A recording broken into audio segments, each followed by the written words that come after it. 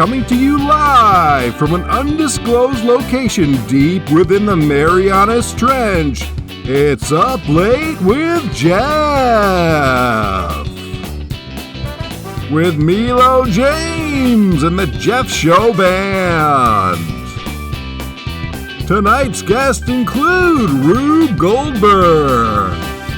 And here's your host, Jeff.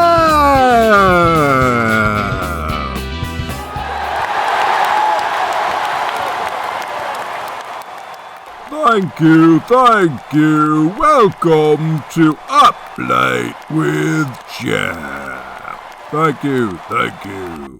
Well, the lockdown's still in effect, Milo.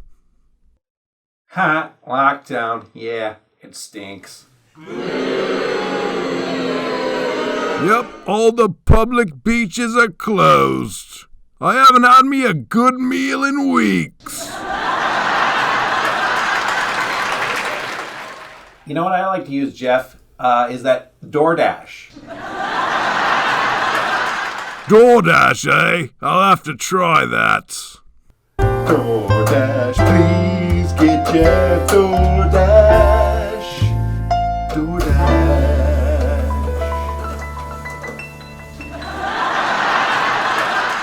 Tonight's special guest includes Rube Goldberg.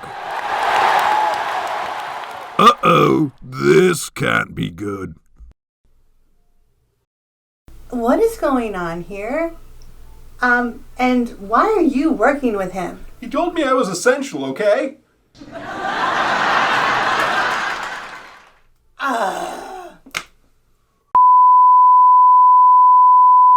Welcome back, everyone. I hope you had a nice weekend. We are going to start our week with a project. And the project is going to incorporate a lot of what we've been learning in terms of energy transformation, the 3 laws of motion by Isaac Newton, and of course, the gravitational force that is on us all. Now, please note that this is a project grade, so every component in it will tie in for a total of 100 points. Every component is important, okay? All right, let's get started on those requirements. So just some background on Rube Goldberg. Rube Goldberg was an inventor, a cartoonist, and an engineer. And he designed really fun machines that were extremely complicated to accomplish a very simple task. Here we have a cartoon called the self-operating napkin. And you'll notice that a person could just take the napkin off the table and wipe their mouth, but this series of steps made it much more complicated, but also more interesting. So your project is building a Rube Goldberg machine with 8 steps to accomplish a very simple task, which is take a ball and have it roll into a cup on the floor from the table. That's something that's very easy to do in 1 step, but in a Rube Goldberg machine, it's going to be much more complex. Even if some of those steps need to be trialed again and again and again in order for all of them to work continuously from start to finish, that's the point of this. This is so that we can have a combination of different energy transformations, different laws of motion incorporated to make this really cool machine. So what I'm going to ask you to do is just review the forms of energy to identify which energy transformations you would like to incorporate. Review the 3 laws of Newton, of course, in terms of motion. And then I'm going to ask you to research. So there's multiple links for you to take a look at different Rube Goldberg machines that have been made by other people. And we're also going to watch a video right now as well. Before we get into our video on Rube Goldberg, I'd like to segue into, I guess, a guest that Up Late with Jeff has. Who's that? Welcome back, ladies and gentlemen.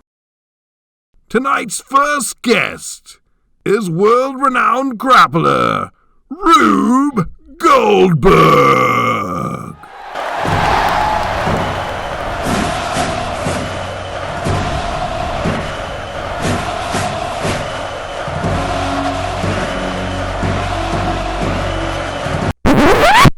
Okay, wait, did someone give us the wrong information? Yes, I just checked Wikipedia. It appears that Rube Goldberg is dead.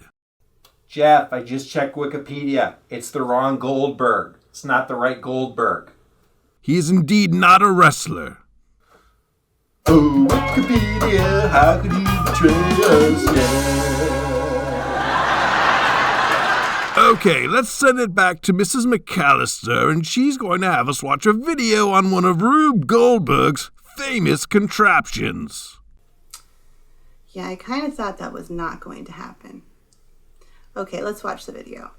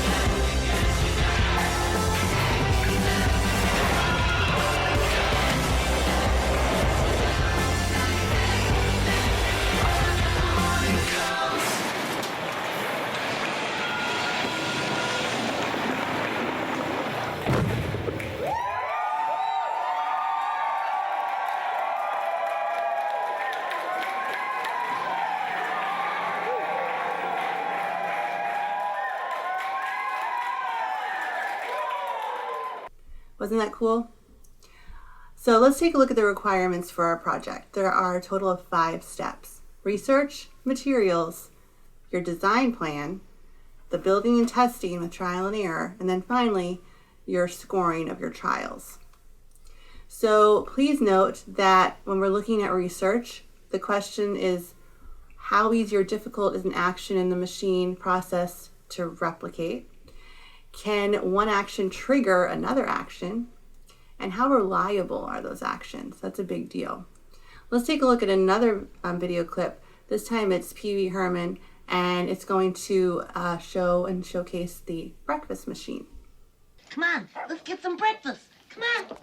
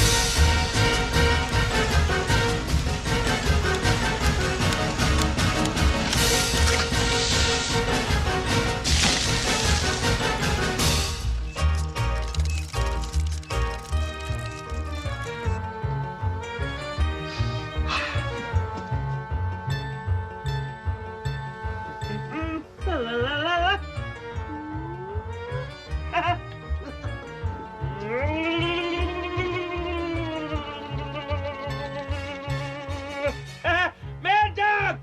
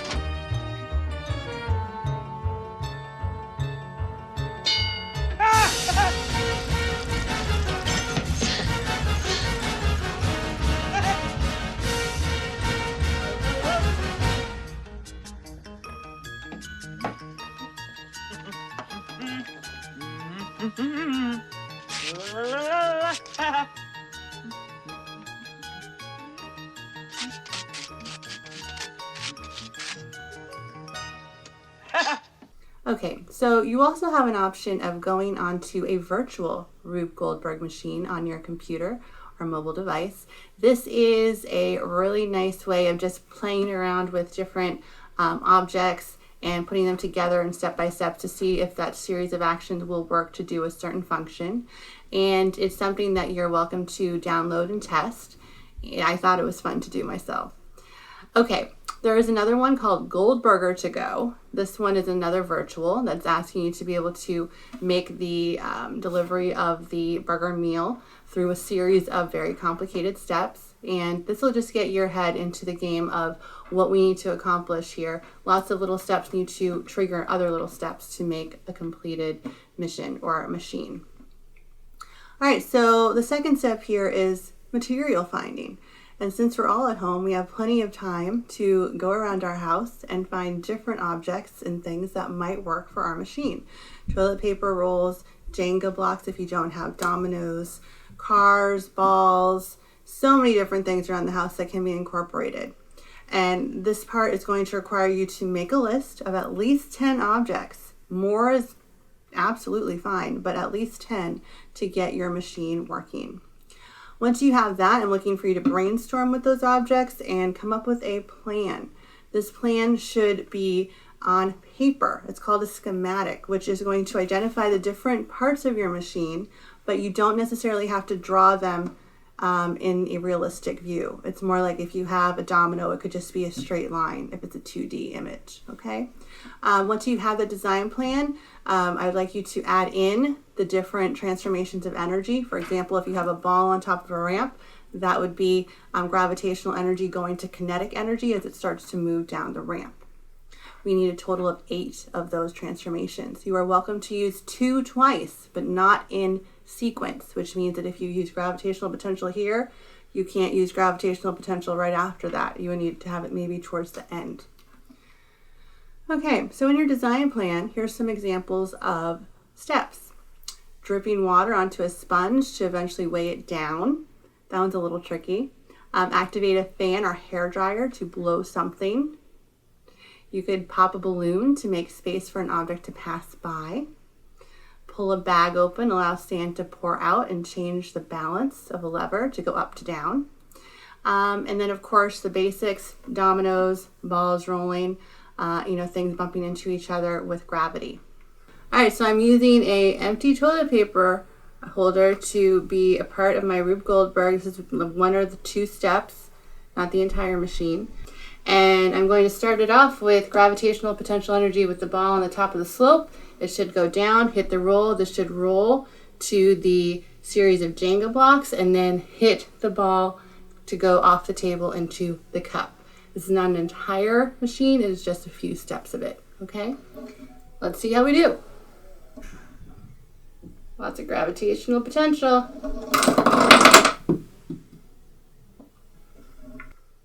So this is where the step-by-step plan comes in. So you have another series of 10 steps, and I'm going to ask you to identify the actions. So action 1, again, this is just absolutely up to you, but I started mine with a ball going down a ramp. So I would say ball going down a ramp, gravitational to kinetic energy. And then you would progress through the machine. Again, it doesn't have to be built. It could just be the design and what steps you are going to build in the next series of steps to make that machine. So once you have your design plan in place, I'm going to ask you to start building.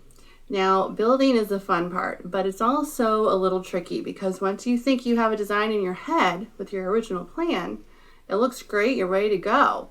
But when you build it, it may not function as you think. So there's going to be multiple trials and error. I can tell you that from experience.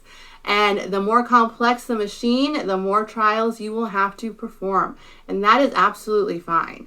It's actually part of the design process. So don't feel stressed out if your machine does not work the first time. It really shouldn't, because that might mean that it is too simple and you need to include some different options with steps, okay?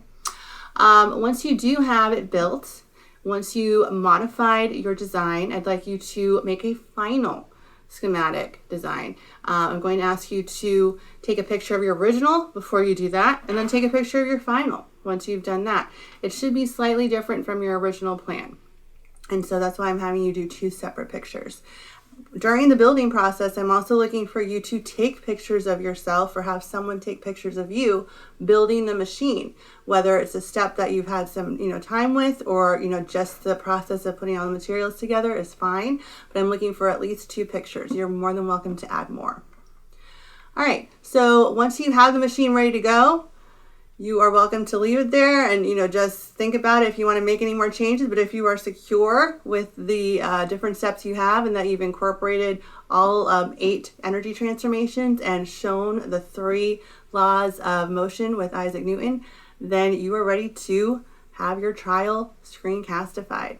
So that means you would either need yourself to put your computer in a place that can show the entire machine ready to go, or you need to have someone with their cell phone ready to show the sequence of motion throughout the machine as you initiate. But I'm looking for a completed trial from start to finish, video recorded, whether it's through your computer or through a cell phone. Once you have that done, I do need you to tell me how many times it took to get you to start to finish. If it was the first time, second time, third time, etc. And then you will have a Screencastify slideshow. That is going to show me all the steps you have taken from research to your last trial in the slideshow with you narrating it. And then finally, inserting your video at the end. Okay, that is going to be found on Google Classroom. All of the work you need to do will be on Google Classroom, and all of the steps are there for you as well. So once you have completed it, I will be scoring the rubric, your video and your slideshow that incorporates all of your design process as a 100-point assessment grade. Please note that there are deadlines for everything in this project, which only makes sense. So for the self-operating napkin energy transformation identification and materials list, that will be due on April 22nd. For your step-by-step energy transformation machine plan with the original plan of your design, your schematic, I'm looking for a screenshot of that due on April 27th. For the final design schematic, I am looking for a screenshot due on April 29th.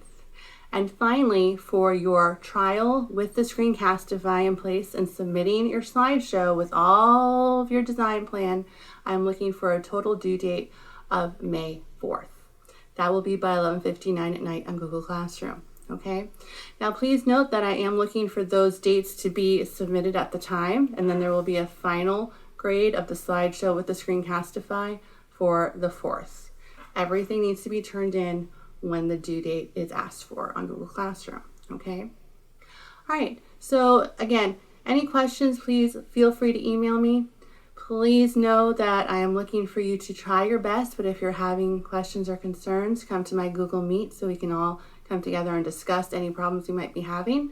I hope that this will be a fun activity for you, and please include your family with it. I think that we'll all have a fun time with it. And then if people would like to volunteer their machine videos to share with the class, we can go ahead and do that, and maybe even have a competition on the top 3 Rube Goldberg devices. Okay? All right, well, I hope you have a great rest of your day and take care. Bye-bye.